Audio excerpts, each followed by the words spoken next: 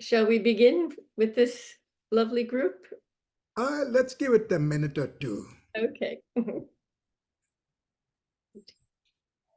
My friend Donna, who normally joins, has a guest today, so she won't be joining. But I know Iris and Santosh, you don't actually know her, so I wouldn't expect her anyway. May I send her a recording? She would love that. In fact, I was going to request one for her. Today's the first anniversary of her husband's passing, so she has some family visiting her. Some people asked for the recording, so Good. I will send.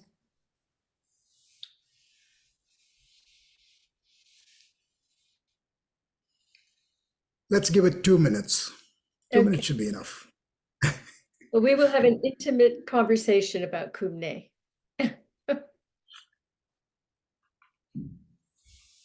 Yeah, with a small group, and I know most of you, so we can have more interaction and more discussion. This will be good.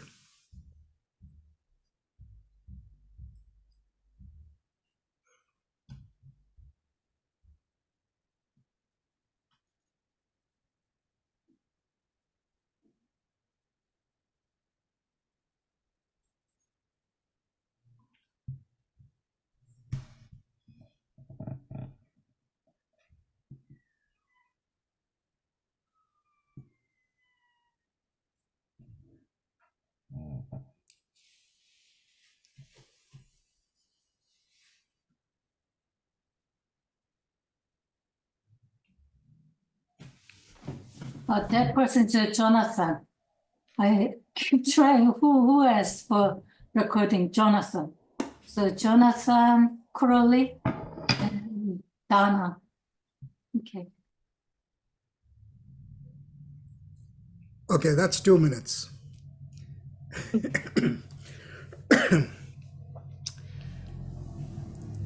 So welcome to the Dharma talk. Myself and Iris will be giving this talk, and I will read a brief description of the talk. Usually when I'm giving the talk on my own, I have to read the description because sometimes I prepare for something else and I wind up having to talk about something else, which is fine, but this one we prepared, so I'm on topic. So here's what is in the description. So it says that we are both long-time teachers of Tibetan yoga, Kumne, and involved in the current Kumne teacher training program. Kumne, a practice of integrating mind, body, senses, and feeling, can be a valuable tool for exploring and transforming our personal experience of pain. Practices and discussions will be presented from their own experience, our own experience, in shifting and opening the experience of pain. Okay, but I think we'll be covering a broader topic and then honing into pain as such. So I think we'll spend a few minutes introducing ourselves. Iris, would you like to go first? Oh, sure. I'm probably the oldest, so I should go first. Well, I'm older than Santosh. That's right. So my name is Iris Maitland, and I first came to the Institute and was introduced to Kumne in 1978 and been consistently practicing that. And I'm also a retired nurse, and I've used Kumne in every facet, but mostly in staying healthy in my 73 years. So Thank you, Iris. My name is Santosh Philip, and I have been coming to the Institute since 94 or so. Started teaching in maybe 2002, although I encountered Kumne much, much earlier, sometime in the early 80s, and I'll tell you the tale in a moment. And I don't know what else to say. That's me. You'll hear more, so we'll talk more about it. But he's been teaching a long time. Teaching a long time, yeah, and teaching a lot of it. I think that much of practicing Kumne, it really gets into your bones. And we'll talk a little more about how these things come together. So, did we just lose somebody? No, everything on my screen changed.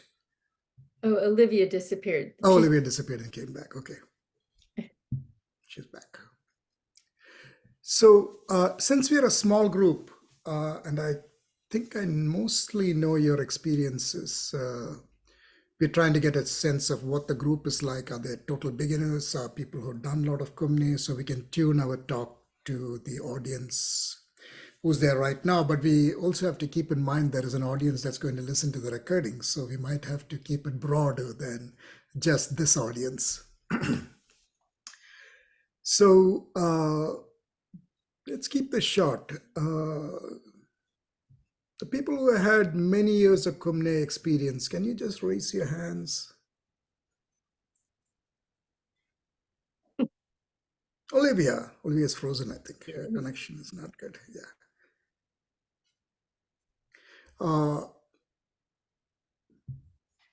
You can't hear Olivia? No, I think her connection is bad. Oh, I guess Olivia is going to listen to the recording too. Yeah.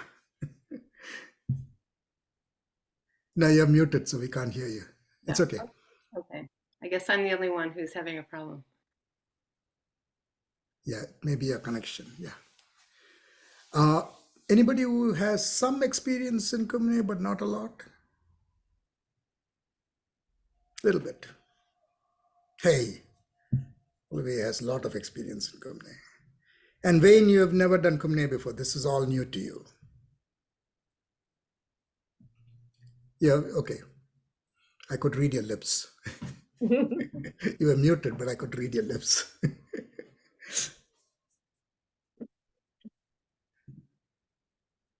Okay, so we'll give a broad outline and then come into the actual topic at hand. Maybe we should just say what is Kumne. Iris, would you like to take that forward? What is Kumne? Yeah. I love Kumne so much I could talk about it in so many different ways. But I mean, the practice that as it's presented in the book and by Rinpoche it's a system from the medical tradition that he learned from his father, and it's healing in a way that's integrating your body, your breath, your mind, to regain balance and harmony and heal on not just a physical level, but a psychological level. And this is done through stimulating the body's own internal healing, subtle body energy, which is the ku. And the ne part is like a massage. So it's your own experience of embodiment. He actually uses embodiment, which I love in the book. Using movements, physical movements, using visualizations, mental imagery, using massage, self-massage, using sound resonance, that chanting, but also integrating just sounds around you into the practice. And of course, the all-important breath, which is a major player in the process of integrating your experience and broadening it and kind of loosening it. So yeah, that's I actually would like to read a quote. That's my favorite quote. And even when I look for new quotes, I still come back to this quote. And it's on page 13 of this book. And it says, as soon as the body and the breath are sufficiently calm and relaxed, immediately, almost magically, the joyful feelings arise. This is the feeling to expand and accumulate this is the cream of Kumne, the essence. And in experience, what that translates into is when you become relaxed, you don't become sleepy. You become more fully awake and open and interactive with your own embodiment and the world around you. For me, that's what Kumne is, and I think we all do Kumne all the time. It's just how you learn to like operate the machinery. Thank you. Thank you. That was a nice quote and a very nice description of what Kumne is. So I can relax. I don't have to explain what Kumne is. I can say, I don't know what this Kumne is. All I know is it works. Yeah. Oh, And which kind of raises the question, why does it work? Why is it different from other practices you do? How is it different from Hatha Yoga? How is it different from calisthenics? How is it different from walking in nature? So what makes the difference here? And the movements in Kumne are fairly simple. I mean, almost very easy to do. And you would look at it and say, so why would that work? And what you're doing is these practices are coming from a very deep understanding of both mind and body, a fundamental understanding of the nature of both. And to penetrate that, there is a particular take we have when we do the movement practices or any of the practices.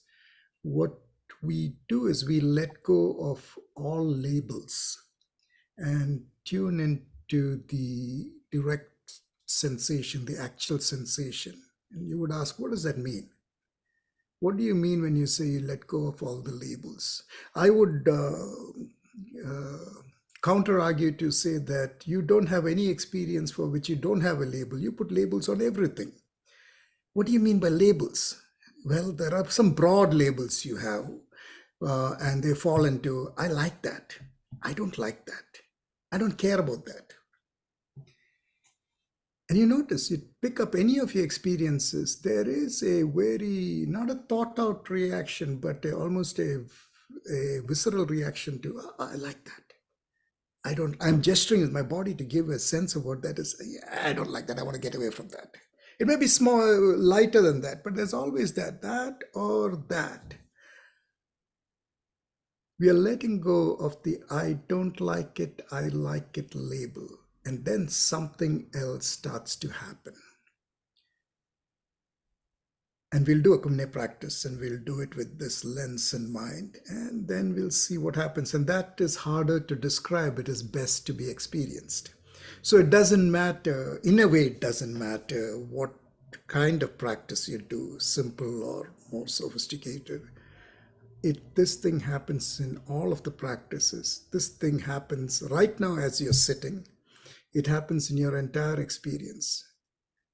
And disentangling this deep labeling, one could say, starts a process of transformation.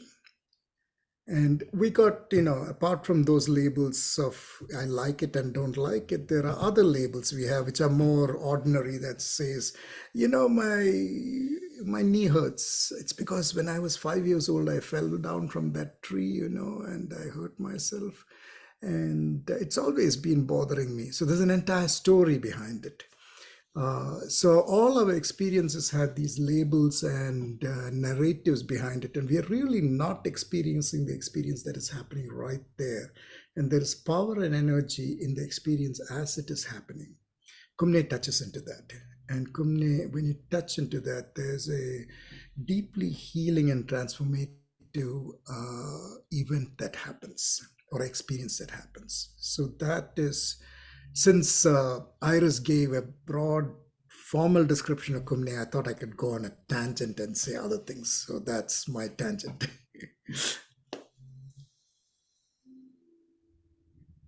Okay.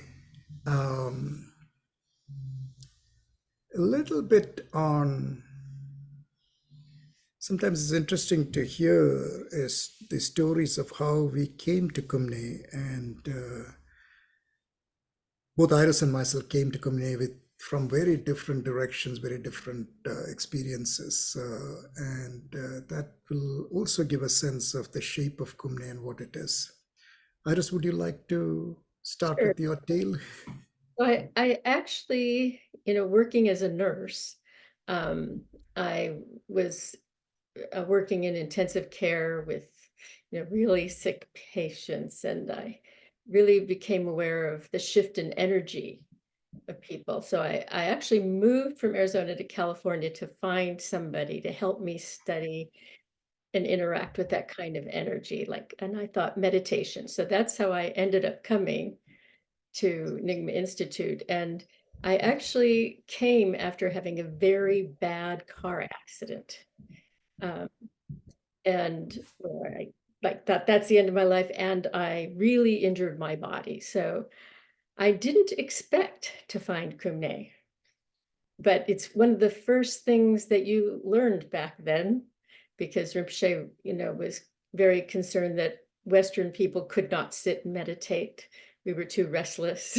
And so Kumne really helped to quiet the body and quiet the mind, um, in order to do more practice. So I had done I'd done Tai Chi and yoga. I had done Vipassana, meditation, breathing.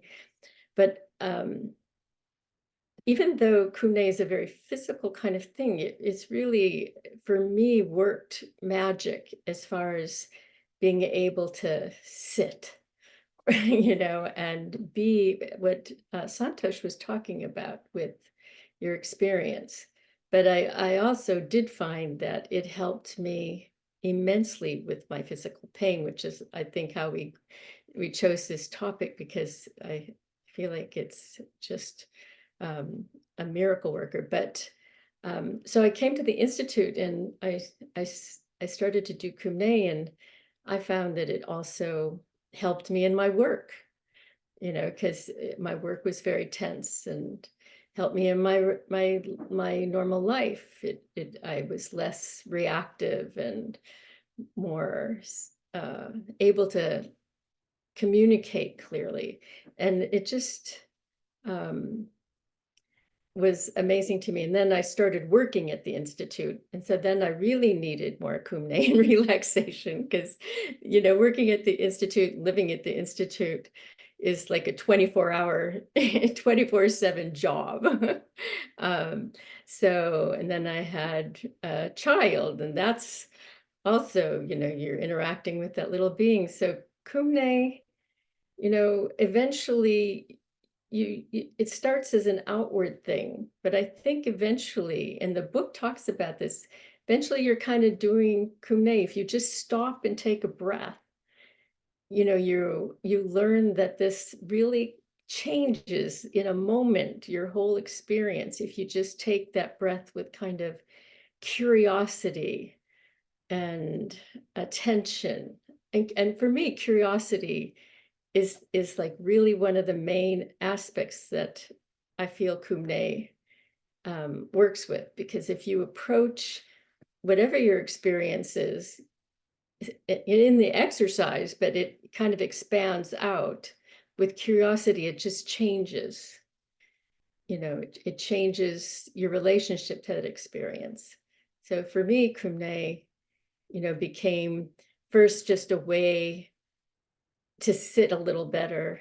And I loved the workshops. It became a way for me to improve my practice as a nurse. And eventually, I was around long enough and did enough. One day Rinpoche said, okay, now you go teach Kumne. So I learned even more when I began to teach it, because you just experience it more deeply and more acutely when you're trying to explain or pass on your experience when you're doing the exercise. So yeah, I'm just eternally grateful for Kumne. It's changed my life, and I feel like it's benefited all the people around me also.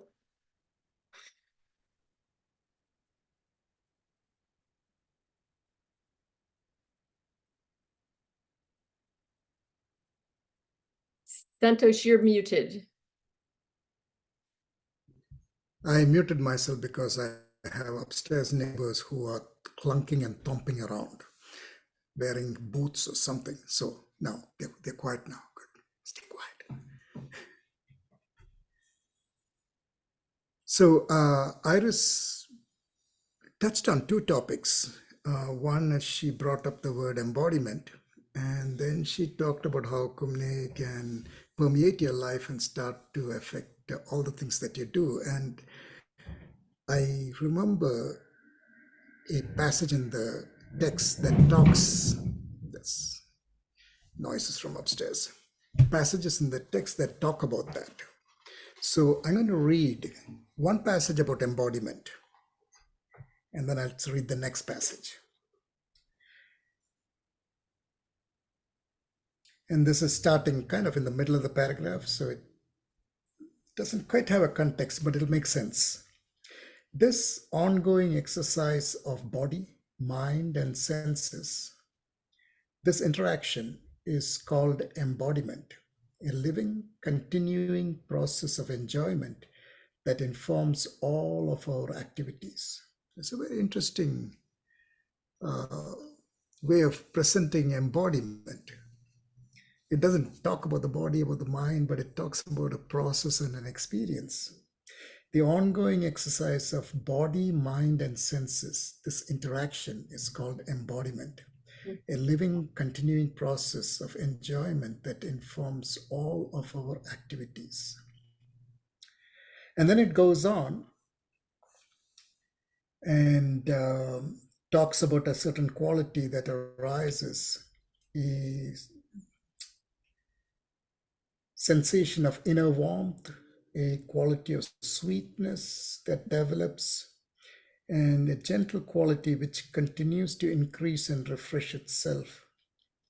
And then it says, we can expand this quality of enjoyment more and more until, with time, every movement, every word, and every glance becomes a subtle interaction and exercise. So this comes almost spontaneously and naturally as you continue to practice.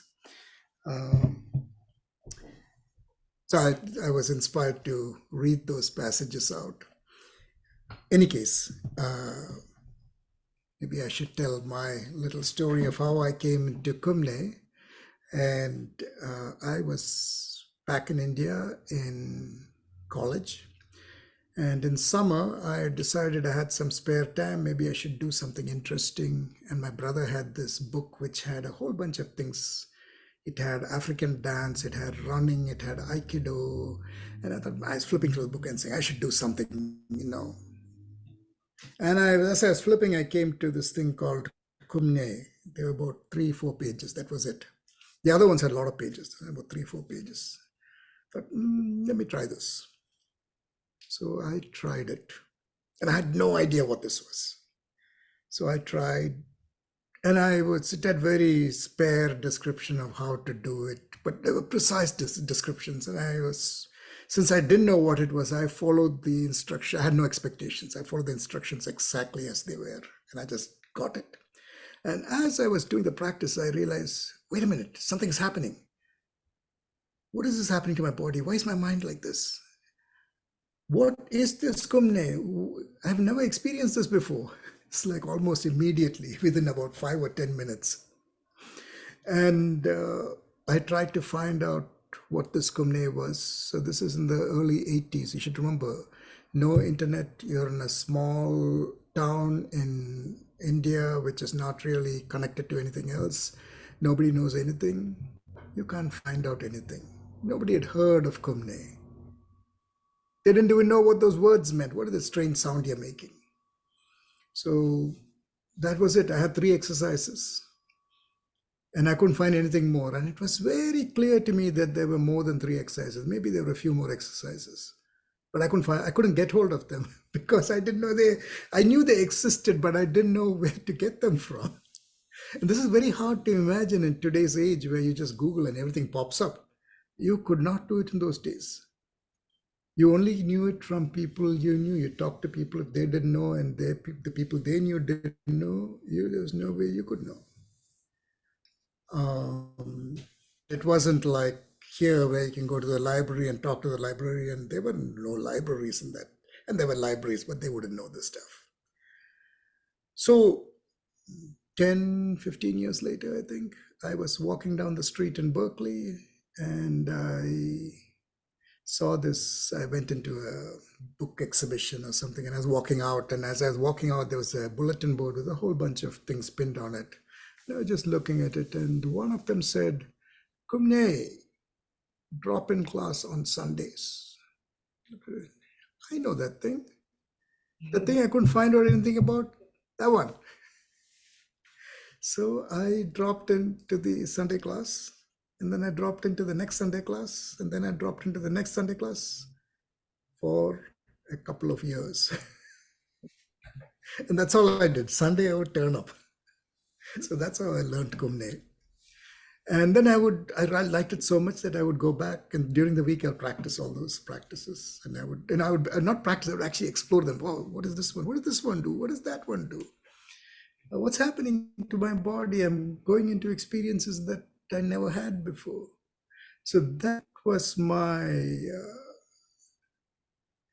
experience and my kind of entering into Kumne. In some ways almost accidental. But also that as a result of that, it almost felt like I learned it on my own.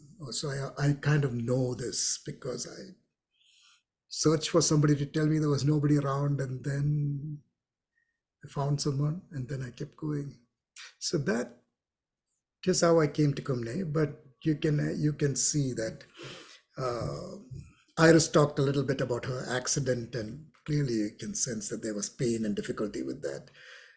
Here I am talking, and I am not bringing any hint of pain or difficulty. I'm just very excited by this. So you're probably wondering, how does pain and experience of pain come into the practice of Kumne, at least from my perspective, and I will talk about that in a moment.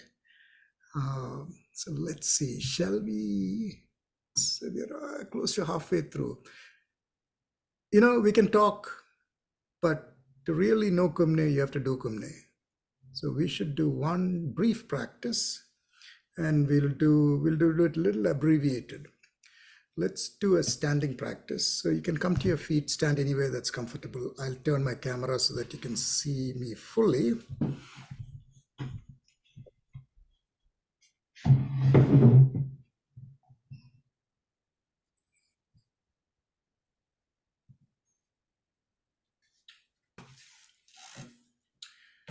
So, yeah, you can see me.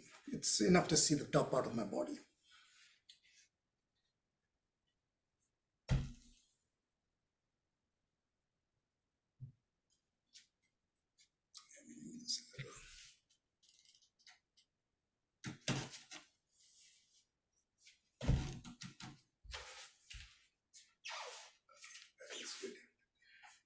Okay, so we're going to do a very simple practice, and it looks like this. Your hands are by your sides, and they're going to rise up to shoulder height, and then go above your shoulder height, overhead, and then they're going to come back down, all the way down. So that's the movement. So simple that you wonder, I'm going to change my view so that I can see myself.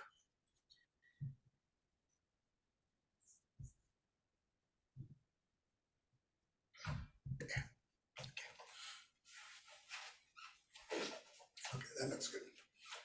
So that's the practice. Now, as I said, why should this do anything? To have this do anything, what you have to do is to tune into your experience without the labels. Let's try that. Let's play with that a bit, because we need to understand what that means. So just as you stand here, go into sense your body, sense all the sensations that are in your body, or most of them, and go to one particular sensation. It may be, usually a sensation that's calling for your attention. And often that can be something that's uncomfortable, which is why it calls for your attention. Notice that sensation. You'll know that you have a label for it. You call it something. My hip hurts because of this. Or I just had a good meal, so I feel good around my belly.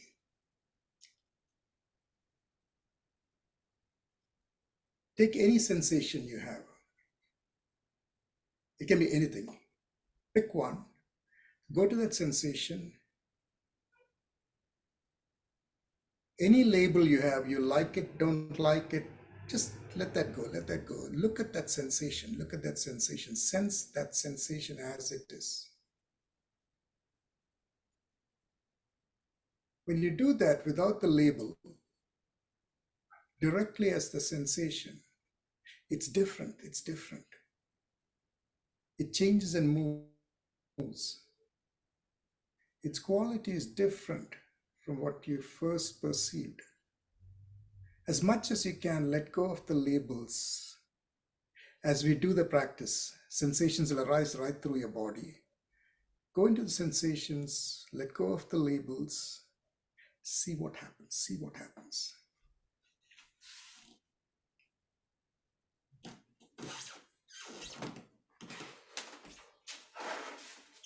Okay, now, there's one bit about Kumne. We do it very slowly. So do it at about the speed at which I'm doing it.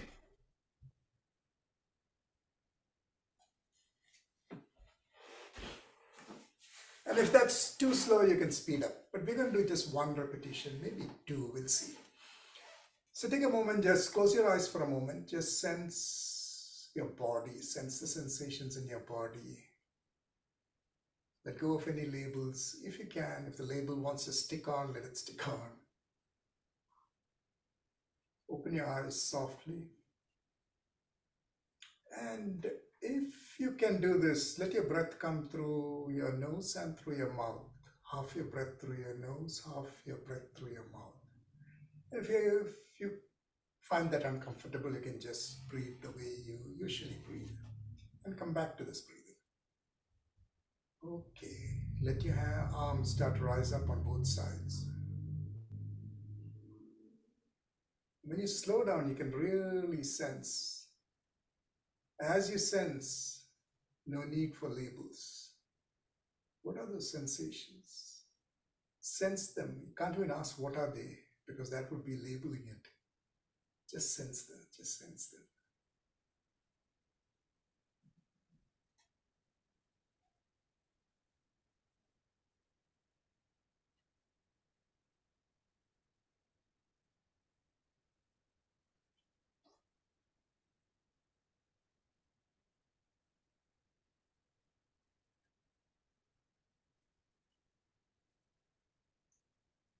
Arms come to shoulder height and continue upwards, continue upwards.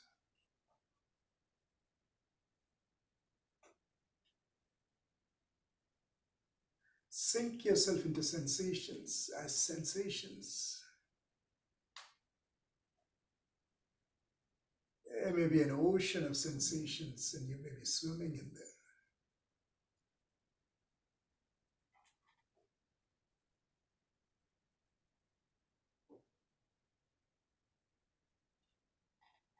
Arms come completely overhead.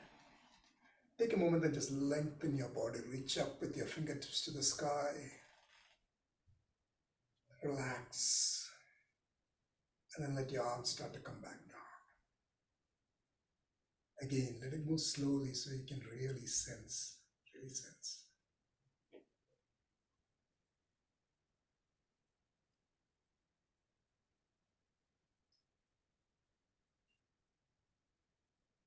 Ah.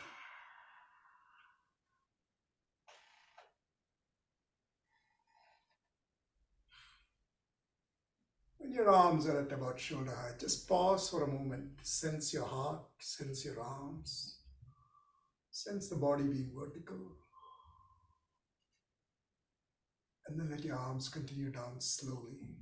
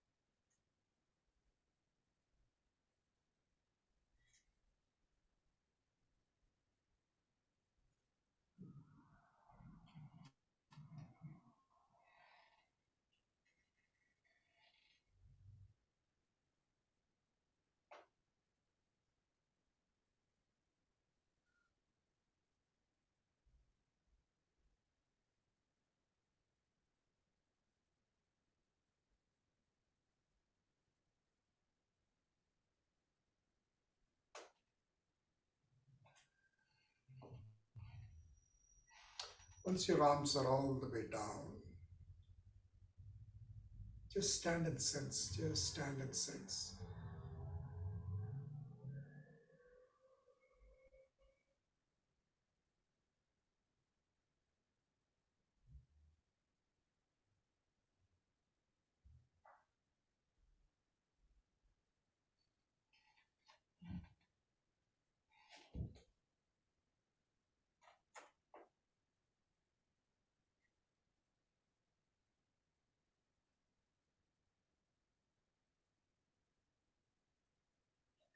Now, without losing touch with the feel of the body, slowly move your body so that you come back to your seat.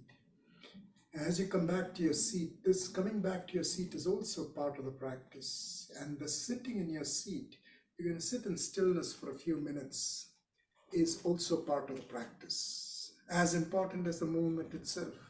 But this is where the real fruit of the practice starts to sink in. So wherever you're sitting, find your way back to your seat.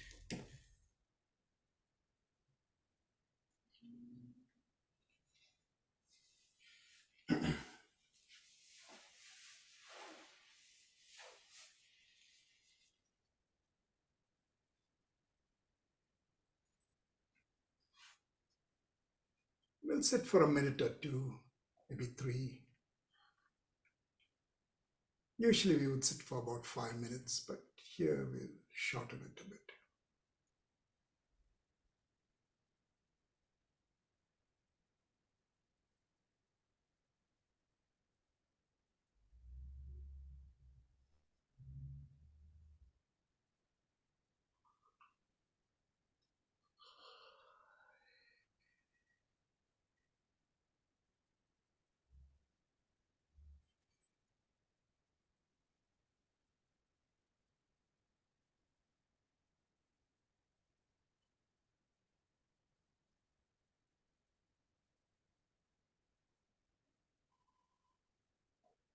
Even as you're sitting now, go into sensations, go into the feelings that flow through your body.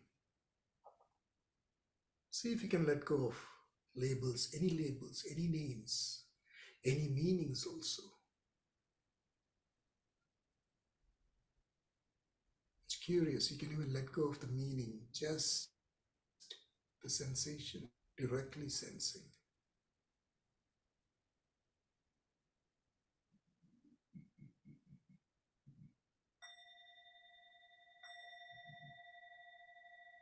And gently come out of the experience, gently come out of the experience.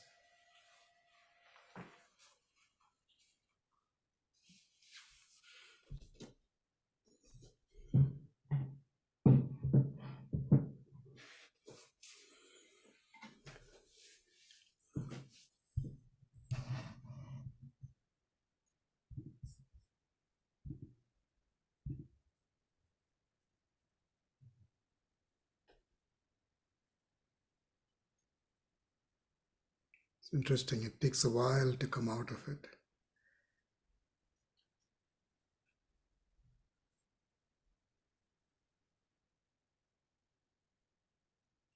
You can almost feel the effects of the practice continuing right now.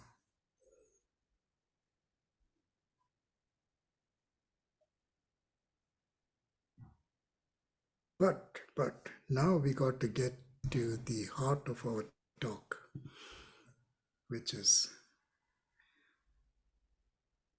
Kumne. And how do you experience pain, and how do you open up to pain differently?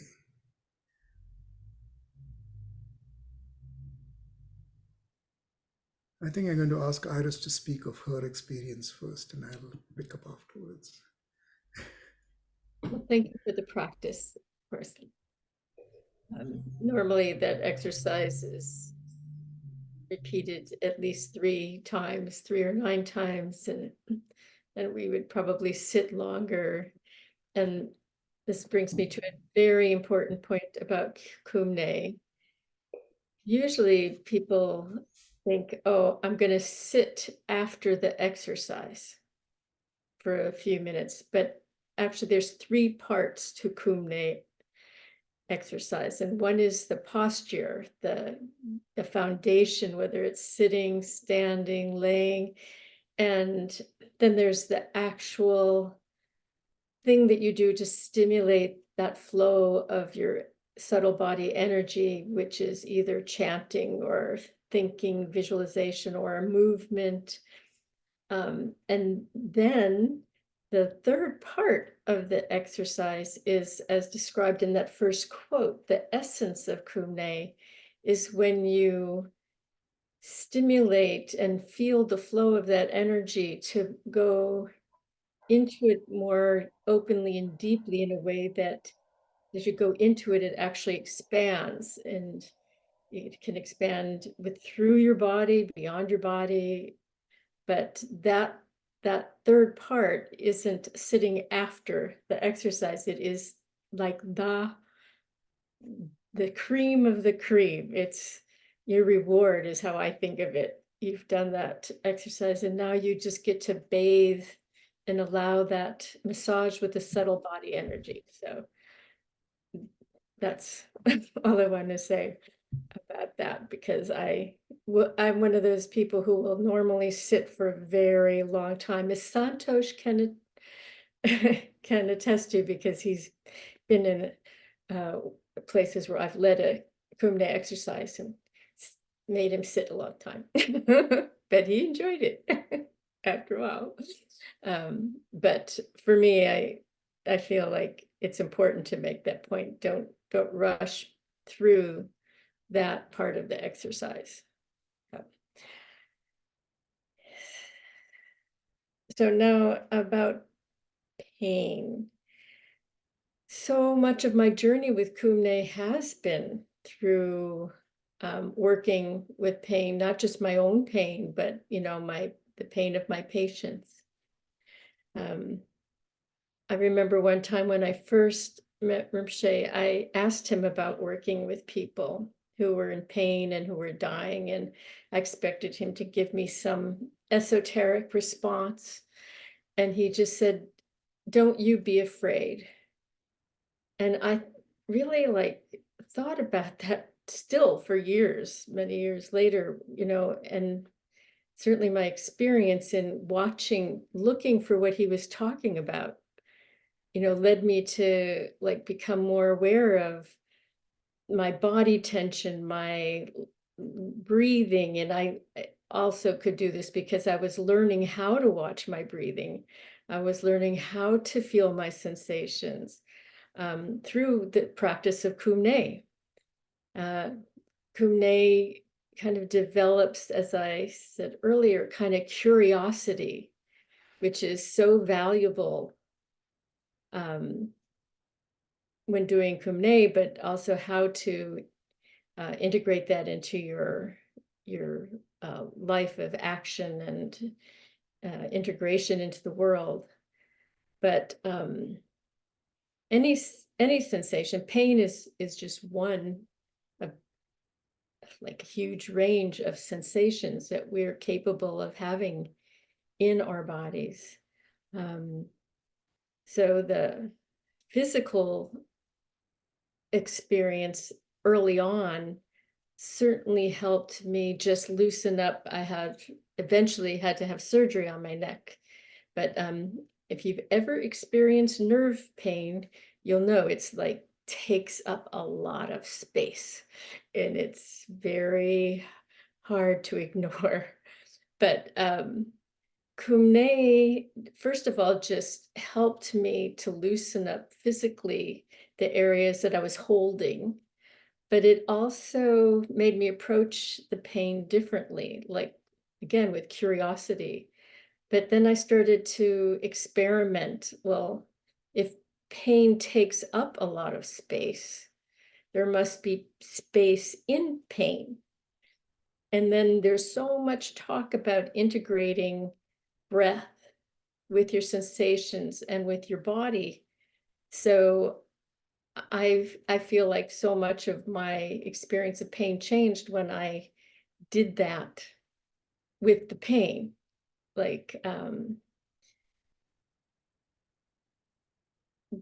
I think that he talks about whatever sensation or experience you're feeling, let it dissolve into your breath, right? So the first thing is, of course, to become aware of your breath, because if you can relax your breath, if you can balance your breath, and there's a quote in here somewhere that says, as you balance your breath, your inhalation and your exhalation, you kind of balance everything. Your whole experience becomes balanced and your world more harmonious. It sounds so simple, but I have actually found, like in a very difficult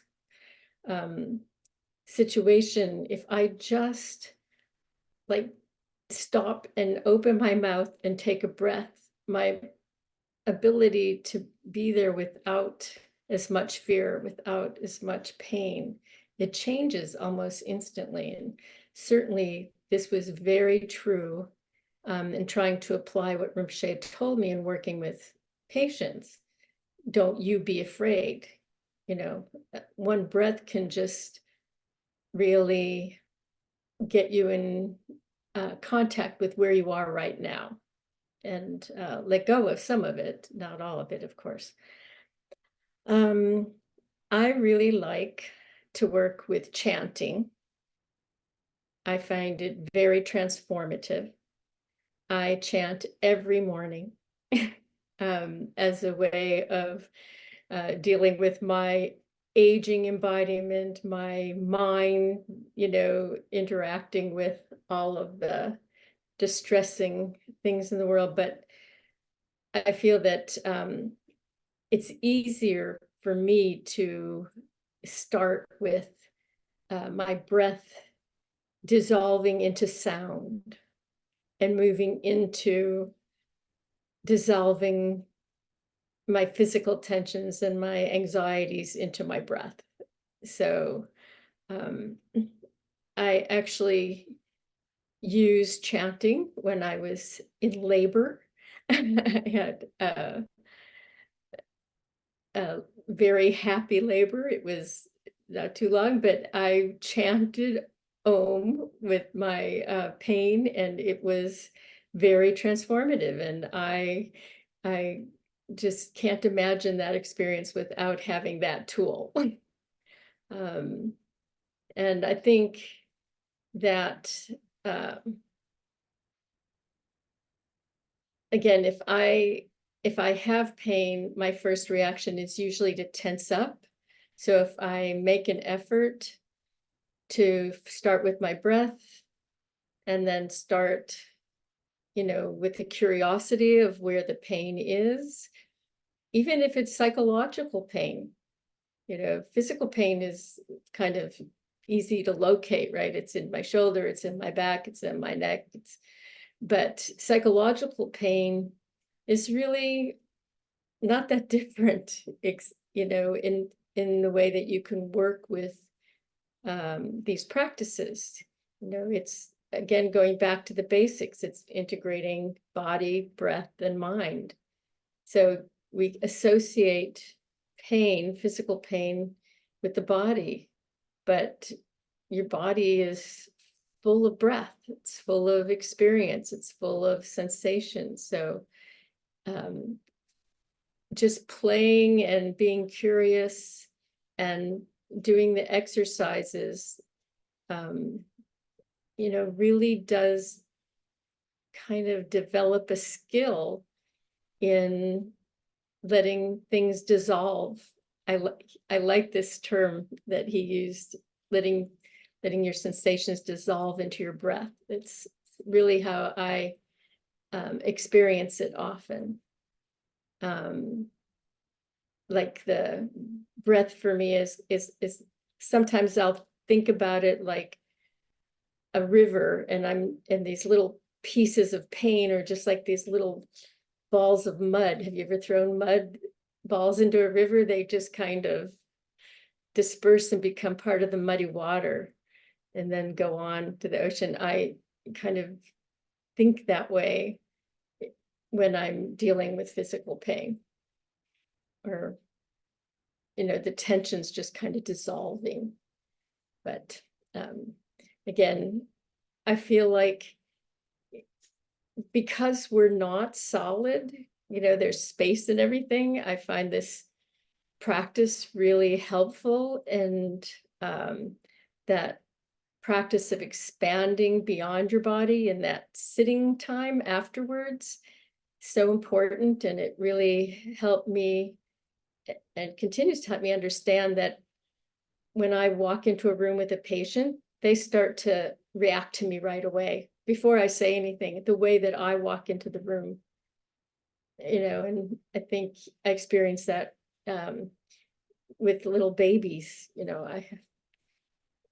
They feel you right away before you even touch them. So I think that's true for everybody wherever we go. And it's certainly, I would like to show up more open and soft rather than tense and afraid. And I just hope that that's true more every day before I don't have an embodiment anymore. I'm very happy to have had the experience of learning Kumne and continue to learn Kumne. I mean, even though I've done that exercise a million times, probably, it's always different every time, because with Kumne, you're called to be in the present with your experience. So it's never the same. Never the same. Anyway, I hope that's helpful and somewhat relevant to your experience as a human.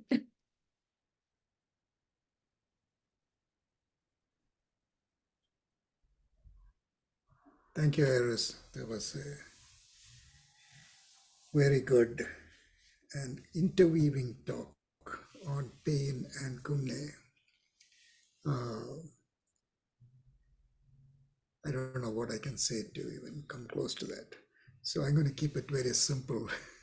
I'm going to talk about a cup of coffee, hot cup of coffee.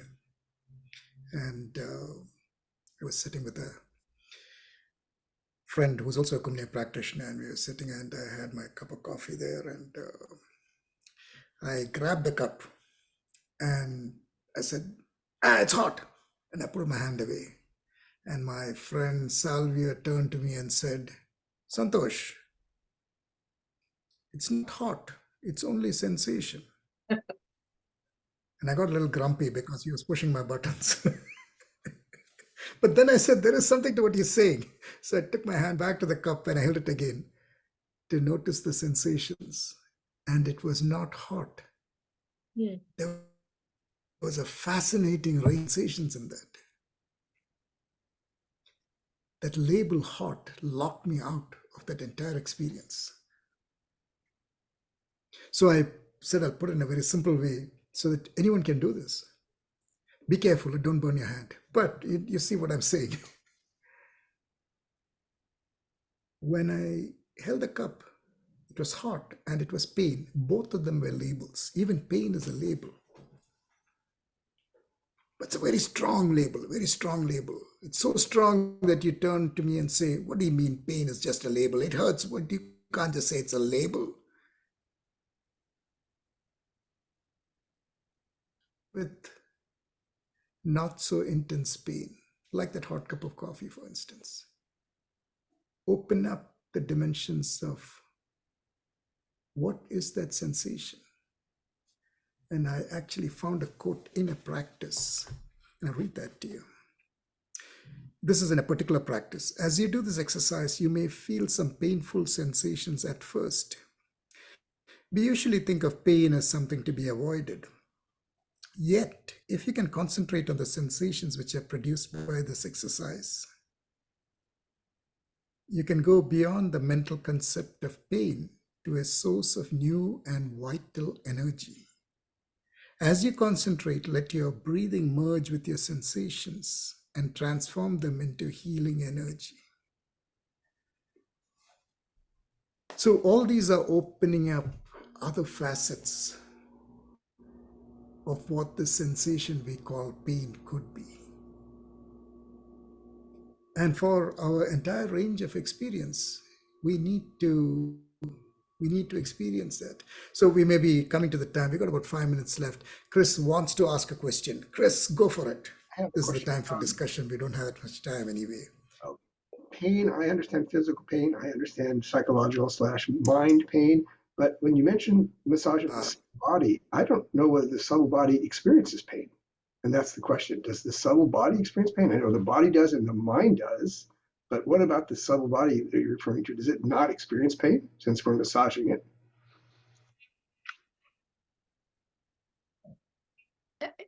I I what Santosh says, but I experience the subtle body energy of it's so dynamic and not solid.